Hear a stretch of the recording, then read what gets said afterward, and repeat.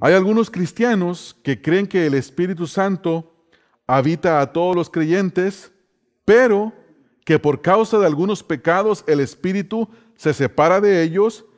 Creyendo esto, admiten su habitación, pero no su permanencia. ¿Han escuchado ustedes eso?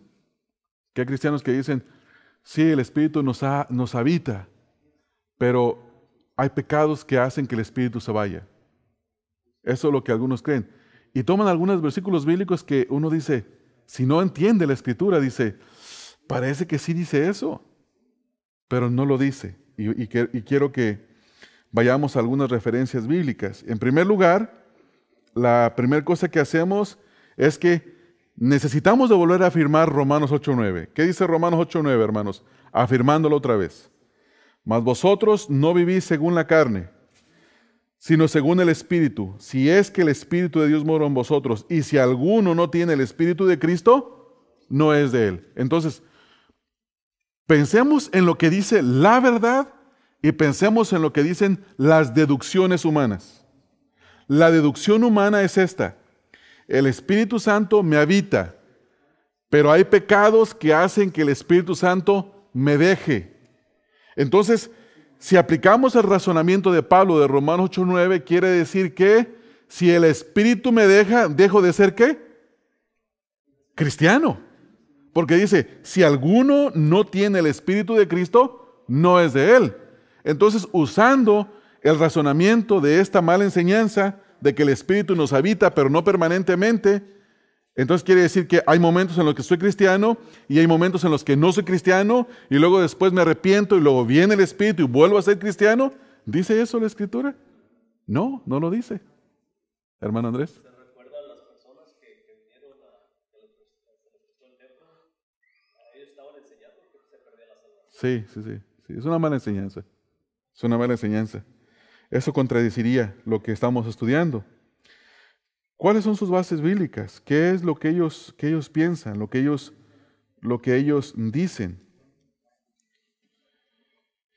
Sus bases bíblicas, o más bien dicho, su mala enseñanza,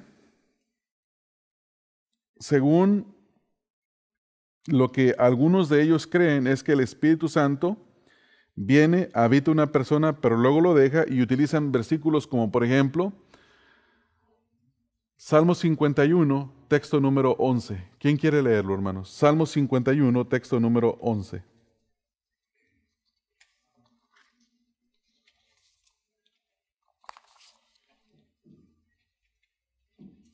Amén. ¿Lo puede leer, por favor, hermana? No me eches de delante de ti, y no quites de mí tu Santo Espíritu. ¿Qué está diciendo el salmista ahí, David?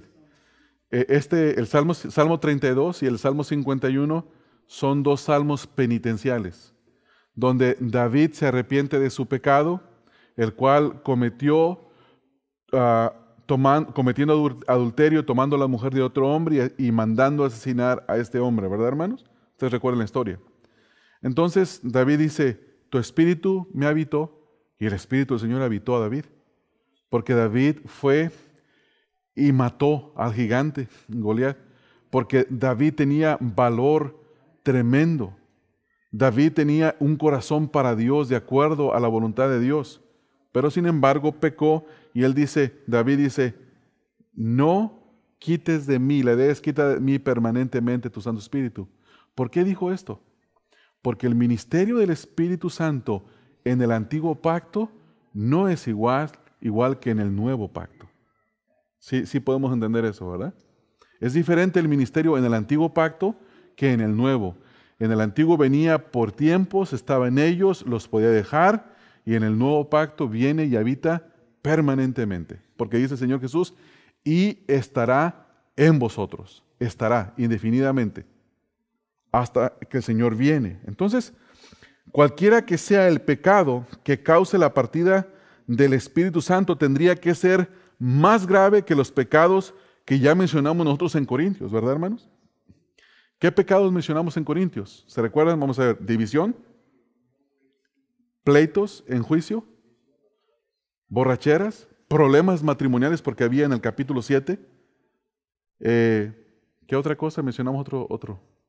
Fornicación. Entonces, cualquier pecado que hiciera que el Espíritu del Señor abandonara al creyente, tendría que ser más grave que los pecados de los corintios. Sin embargo, estoy simplemente planteando argumentos. No estoy diciendo que eso es así. No estoy diciendo que eso es así. Entonces, ¿cómo entendemos esto? ¿Cómo entendemos nosotros esto? La respuesta es que la promesa del Señor Jesús es que cuando el Espíritu Santo viniera a nosotros, estaría permanentemente con nosotros. Mira lo que dice Juan 14, 16. Y yo rogaré al Padre y os dará otro consolador, y hay una palabra clave, para que esté con vosotros, ¿cuánto tiempo, hermanos? Para siempre, para siempre. Hermanos, ese versículo bíblico me debería de ser suficiente a mí para que yo dijera, me basta una sola palabra que pronunció mi Señor Jesucristo con referencia al Espíritu Santo. Él dijo que el Espíritu Santo, cuando viniera, estaría conmigo para siempre. ¿Verdad, hermanos? Un solo versículo bíblico. Uno más. Yo no ocupo 30 versículos bíblicos contra 40 supuestos versículos que me digan lo opuesto. Hoy vamos a hablar un poco más acerca de esto. Tercer punto, y concluyo con este tercer punto, es que hay algunos supuestos problemas en cuanto a la habitación del Espíritu Santo que algunos mencionan, y voy a mencionar algunos de ellos. Número 1, y es una pregunta. ¿Es la obediencia una condición para la habitación del Espíritu Santo? O sea que el cristiano, si no es obediente en un periodo de su vida, ¿el Espíritu lo puede dejar y lo puede abandonar? Ese es el primer argumento. Y voy a mencionar algunos versículos bíblicos que algunos utilizan para decir que esto es así. Primer versículo bíblico se encuentra en Hechos capítulo 5, texto 32. El apóstol Pedro está hablando en Hechos 5:32. Antes de leer el texto, quiero que planteemos el escenario. ¿Qué es lo que pasa? Ellos son arrestados, Pedro y Juan. ¿Se recuerdan? Son arrestados. Y luego, en la noche, el ángel del Señor los libera y se van al templo a predicar. El sumo sacerdote se da cuenta y dice, tráiganlos, pero no los maltraten, porque el pueblo se nos va a echar encima. Los traen, los exhortan. Entonces, Pedro y Juan están delante del sumo sacerdote, del jefe de la guardia del templo y de otros escribas y de los no los fariseos, otros sacerdotes. Entonces, ¿quién es su audiencia? Incrédulos. La audiencia que tiene son judíos incrédulos, no son cristianos. Este versículo se le refiere a incrédulos, no a cristianos. ¿Y qué es lo que dice Pedro? Y nosotros somos testigos suyos de estas cosas, y también el Espíritu Santo, el cual ha dado Dios a los que le obedecen. Entonces, ¿en qué contexto está hablando Pedro? Pedro está diciendo que cuando una persona obedece al Evangelio, cree el Evangelio, el Espíritu le es dado a su vida. No está diciendo que es para un cristiano que ya ha recibido el Espíritu Santo y que solamente mientras que obedece el Espíritu va a permanecer ahí. ¿Sí entienden, hermano? ¿Tiene sentido?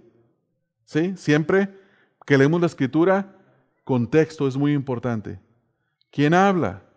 ¿A quién le habla? ¿Bajo qué situación está hablando? ¿Qué es lo que le dice? Entonces, haciendo una lectura honesta de este pasaje, mi conclusión es la siguiente.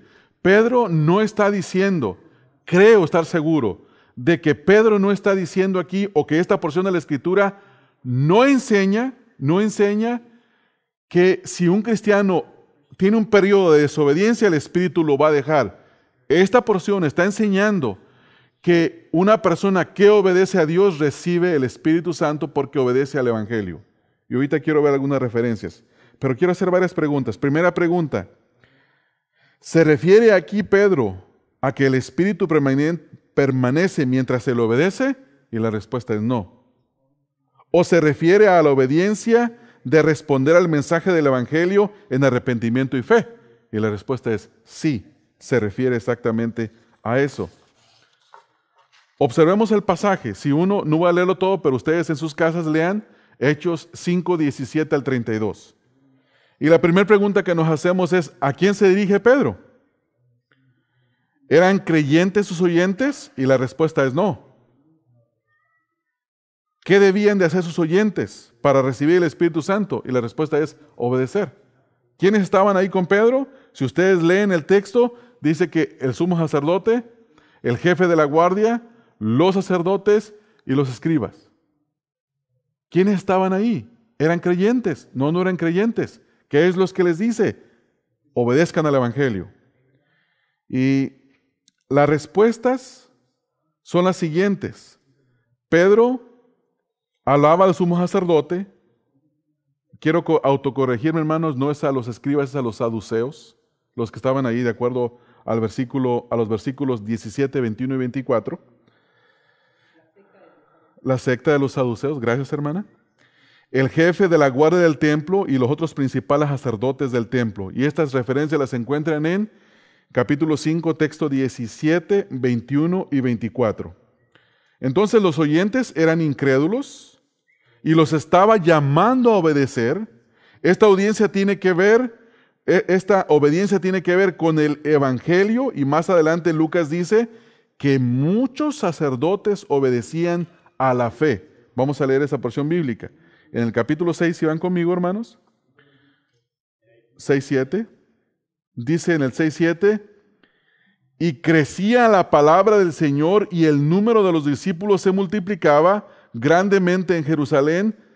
¿Y qué dice ahí, hermano, la última frase? También muchos de los sacerdotes, ¿qué dice, hermanos? Obedecían. ¿A qué, hermanos? A la fe. Es decir, que respondían en arrepentimiento y fe. Creían en el Evangelio. Entonces, esta porción de la Escritura interpreta que Pedro está refiriéndose a obedecer al Evangelio. No se está refiriendo a la obediencia del cristiano a Dios en la vida cristiana. Sin embargo, vuelvo a hacer énfasis, esto no es una excusa para no obedecer. Un verdadero creyente tiene el deseo de obedecer, o el Espíritu le produce el deseo de obedecer. Ejemplos temporales que se utilizan en la Escritura de habitar temporalmente, de que el Espíritu Santo habita temporalmente.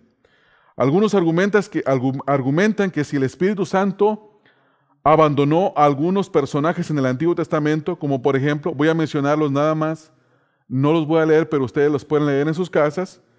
El ejemplo de Saúl, 1 Samuel 16:14, dice que el Espíritu de Dios lo abandonó y que en su lugar Dios envió a un espíritu para que lo atormentara. El ejemplo de David, Salmo 51:11, donde David dice, no quites de mí tu Santo Espíritu. Los discípulos, en Lucas capítulo 11, texto número 13, y ese versículo sí lo quiero leer porque quiero que entendamos algunas cosas. Lucas 11:13. Recuérdese que Lucas todavía no es parte del nuevo pacto. Lucas es parte del antiguo pacto, ¿verdad, hermanos? Lucas 11:13 dice, pues si vosotros siendo malos sabéis dar buenas dádivas a vuestros hijos, ¿cuánto más vuestro Padre Celestial dará el Espíritu Santo a los que se lo pidan?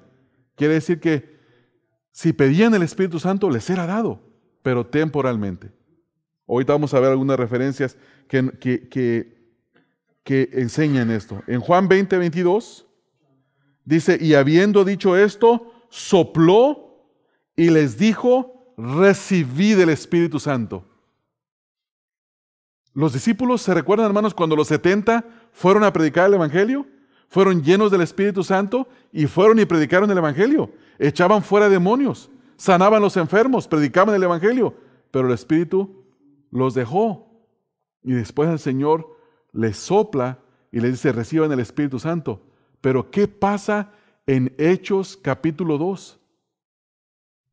Entonces, ¿qué pasó? ¿Lo recibieron antes? ¿Lo recibieron después? Sí lo recibieron en Juan 20:22, pero no permanentemente.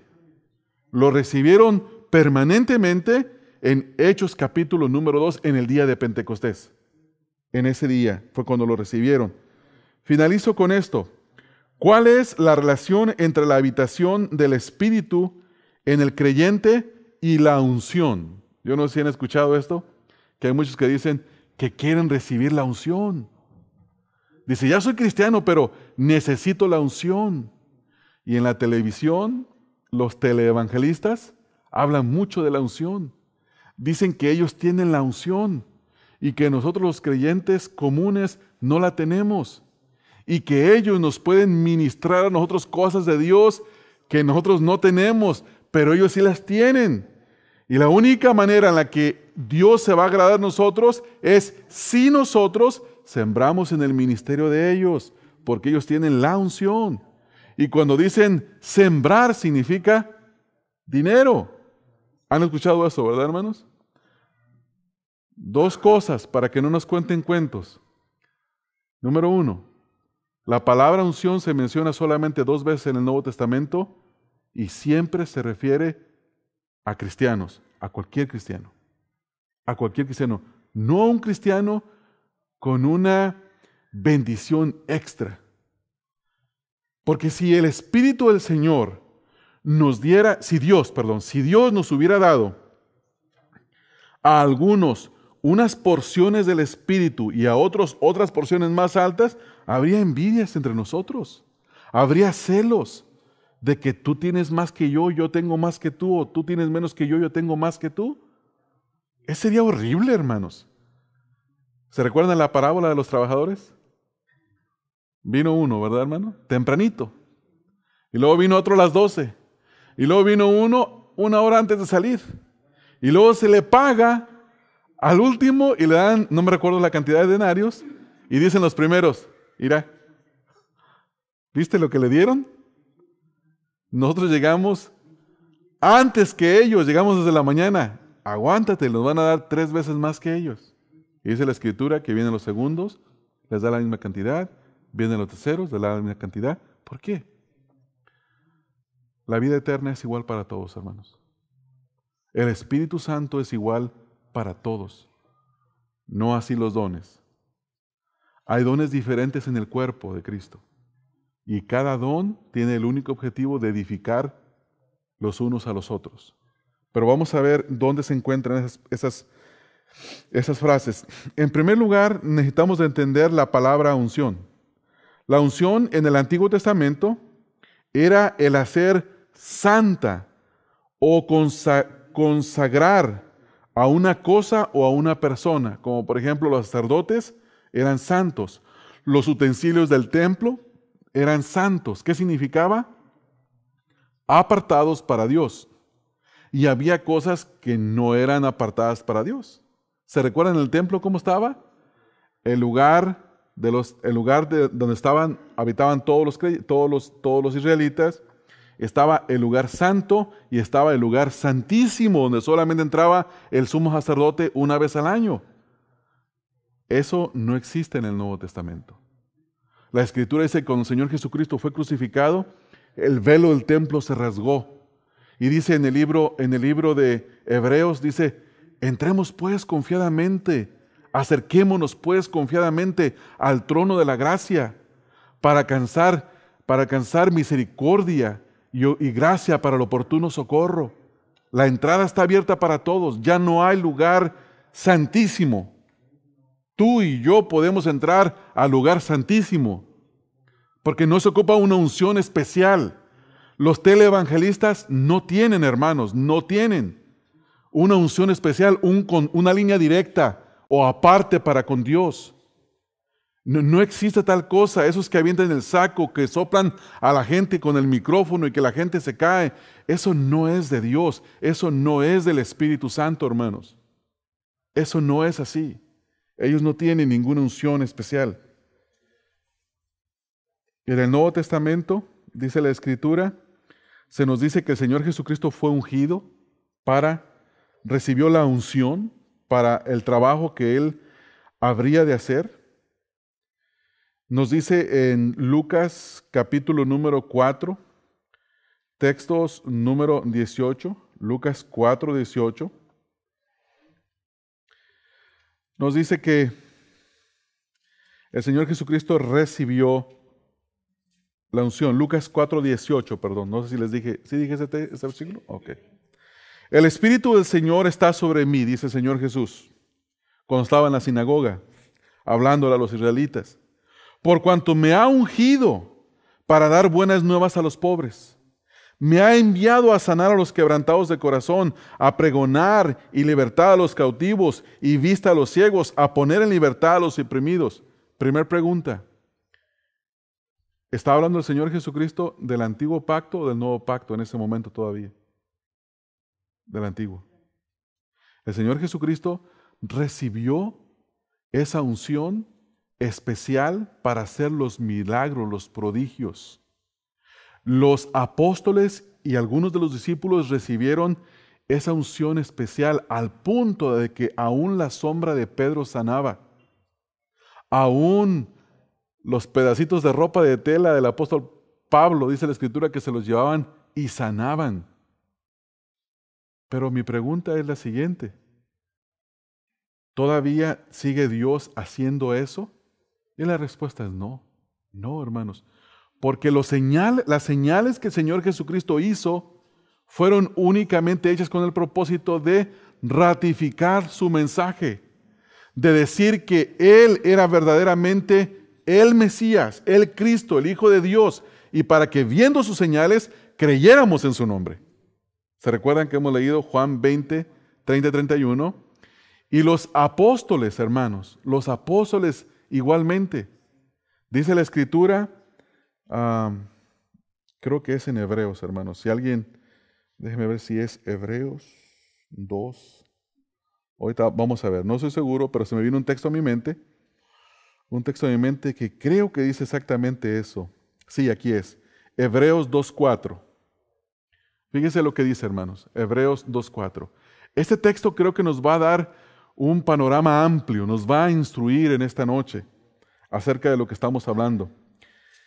Hebreos 2:4 dice, testificando Dios juntamente con ellos. ¿Quiénes son ellos? Los apóstoles. Ahora, ¿cómo testificaba Dios con ellos? Con señales, prodigios, ¿qué más, hermanos? Diversos milagros y repartimientos del Espíritu Santo según su voluntad.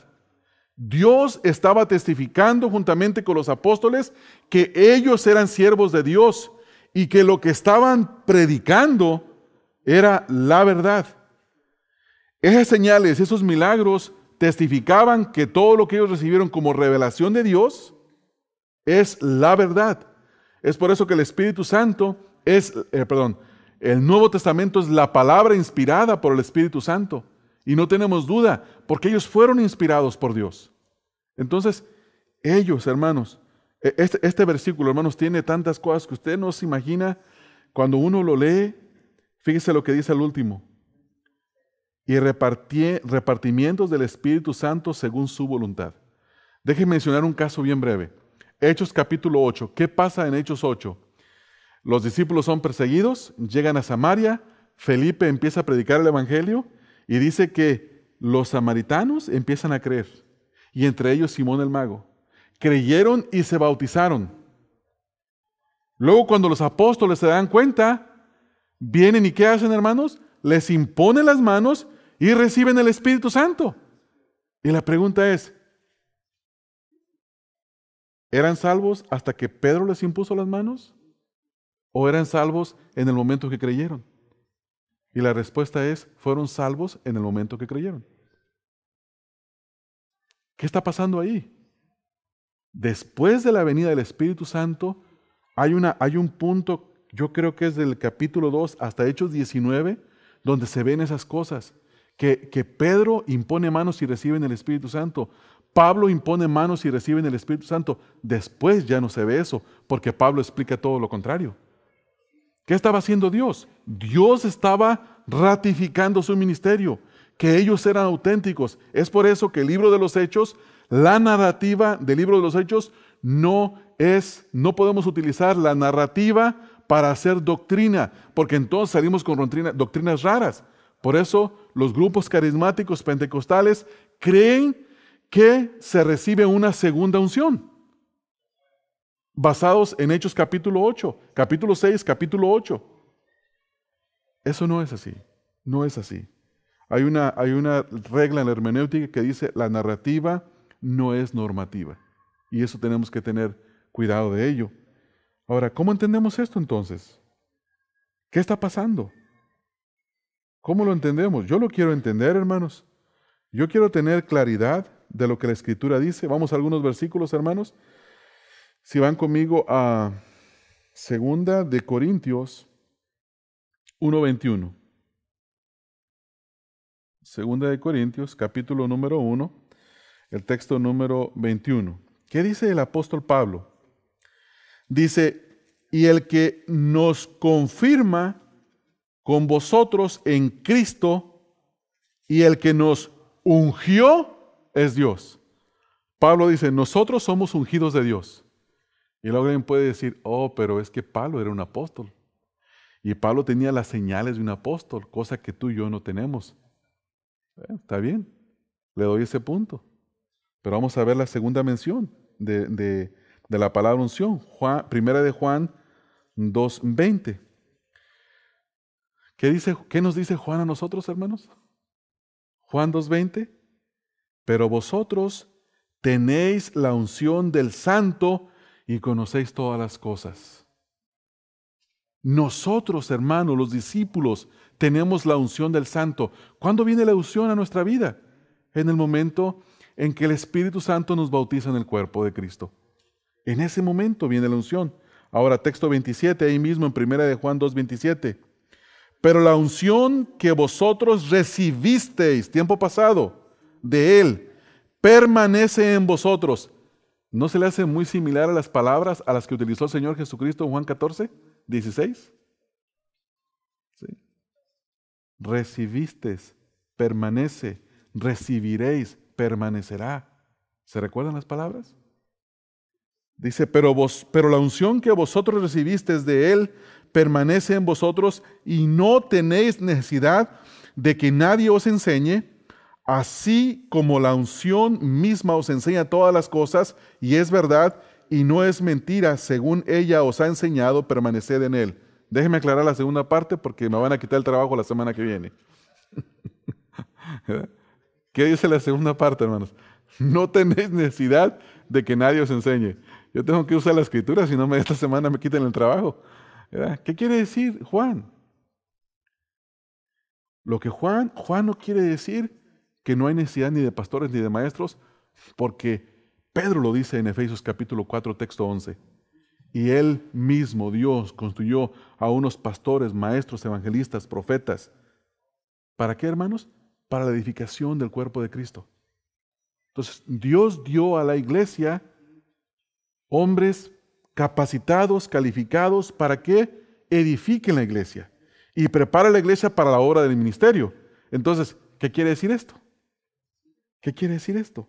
1 de Juan 2:27. Lo que quiere decir es que lo opuesto de lo que la Iglesia Católica dice. La Iglesia Católica dice, si no eres parte de la Madre Iglesia, no estás en Cristo. Si no recibes los sacramentos impartidos por el sacerdote, no puedes participar de Cristo.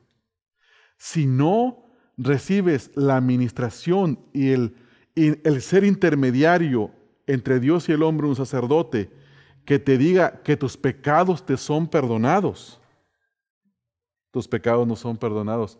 Ellos dicen, nos necesitas a nosotros. Y yo les puedo decir a ustedes en esta noche, ustedes no me necesitan a mí. Ustedes tienen la palabra de Dios. Ustedes tienen el Espíritu del Señor, que los guía a toda verdad, que los puede guiar a través de la palabra de Dios. Ustedes no me necesitan a mí permanentemente. Dios me dio a esta congregación como pastor para que instruya, para que capacite al cuerpo de Cristo en el sentido de la instrucción para la obra del ministerio. Pero ustedes no ocupan que yo esté a un ladito de ustedes en su casa para estarles enseñando la Escritura, porque el Espíritu del Señor les puede dar entendimiento en la Escritura. ¿Sí tiene sentido, hermano, lo que estamos hablando? Porque entonces se contradeciría la Escritura a sí misma, ¿verdad, hermanos? Sí. Si tú no vienes el domingo, no vas a agarrar la porción que deberías de haber agarrado. No, sí la puedes agarrar. Si no puedes venir el domingo porque estás enfermo, tú puedes leer en tu casa la Escritura y el Espíritu de Dios está contigo. Y el Espíritu de Dios te instruye. Y el Espíritu de Dios te bendice. Pero también ocupas la comunión. Porque la Escritura dice, no dejemos de congregarnos como algunos lo tienen por costumbre. ¿Qué quiere decir eso, hermanos? ¿Qué me dice a mí esto? Que tengo que conocer todo el consejo de la palabra de Dios. ¿Verdad, hermanos? Y no tomar un texto y agarrarlo de la punta del pelo y decir, esto significa esto. No. ¿Qué dice la Escritura? Y que la Escritura no, porque la Escritura no se contradice a sí misma.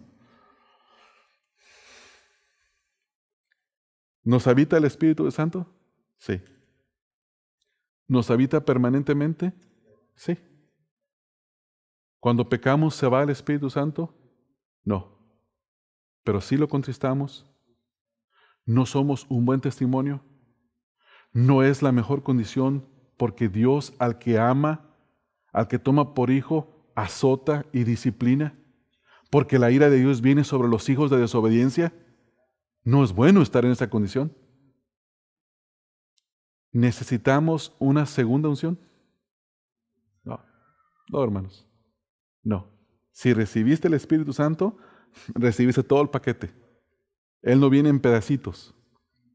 Él viene completo en toda la persona de Dios y te ha dado un don para ministrar, para edificar el cuerpo de Cristo. Hermanos, necesitamos de no ignorar el ministerio del Espíritu Santo entre nosotros. Si ignoramos el ministerio del Espíritu Santo, hacemos mal. Necesitamos la guianza del Espíritu Santo. Necesitamos que el Espíritu nos capacite, nos dé poder para vivir la vida que a Él le agrada, a Dios le agrada. Amén, hermanos. Vamos a orar. Gracias, Padre, te doy por este estudio de tu palabra y por el gozo que nos produce a cada uno de nosotros, Señor. Qué gozo, Padre, qué gozo saber que tu Espíritu Santo habita en nosotros y que somos tus hijos, Señor. Somos tuyos, Señor Jesucristo. Qué gozo saber que tu Espíritu es la garantía, Señor Jesús, de que tú nos redimirás por completo. Qué gozo, Señor, saber que nos habitas y aún cuando pecamos y desobedecemos, Señor, tú permaneces ahí, Espíritu Santo. Sin embargo, no es lo mejor pecar. No es bueno. Pecamos contra ti, Señor, y tú traes disciplina a nuestras vidas. Qué gozo, Señor, saber que al recibir tu Espíritu no necesitamos a ningún ungido, a ningún hombre ungido que ande por ahí diciéndonos que Él nos puede dar una bendición especial. No tiene nada para darnos. Nada tiene para darnos. La unción la hemos recibido de ti. Tu palabra dice que tenemos la unción del Santo. Y te damos gracias por esa unción. Señor, capacítanos para vivir vidas que te agraden a ti, Señor. Vidas que te den gloria a ti, Señor. Que esta capacitación de tu Espíritu nos enseñe a amar a nuestras esposas, esposos, hijos a los padres, a los vecinos, tener misericordia, compasión de ellos, predicarles el Evangelio y saber, Señor Jesús, que separados de ti no hay nada que podamos hacer, absolutamente nada. Manténnos en ti, manténnos unidos a ti. Te ruego estas cosas, Padre, en el nombre de Cristo Jesús. Amén.